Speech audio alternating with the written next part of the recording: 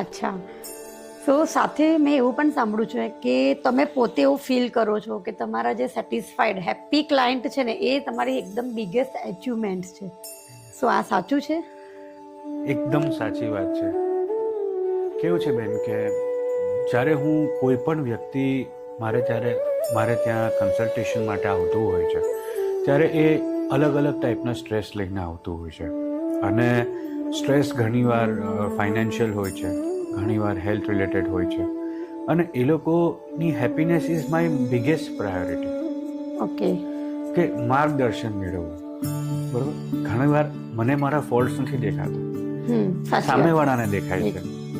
એવી રીતે એ લોકોની હેપીનેસ મારા માટે સૌથી વધારે ઇમ્પોર્ટન્ટ છે. અને જ્યારે એ વ્યક્તિ 6 મહિના 12 મહિના પછી આવે છે કે હાર્દિકભાઈ હવે આ મોટિવેશનથી ને આ રેમેડીઝના ગાઈડન્સથી અમે આટલા સુધી પહોંચ્યા છે, હવે નેક્સ્ટ લેવલ. ઓકે. તો મને એટલી બધી હેપીનેસ થાય કે આ વ્યક્તિએ જે મેં કીધું એ પ્રમાણે ફોલો કર્યું અને આજે આ વ્યક્તિ બહુ આગળ વધ્યો. તો એ જે હેપીનેસ અંતરની સેટિસ્ફેક્શન, જોબ સેટિસ્ફેક્શન, સાચી વાત છે, વર્ક સેટિસ્ફેક્શન.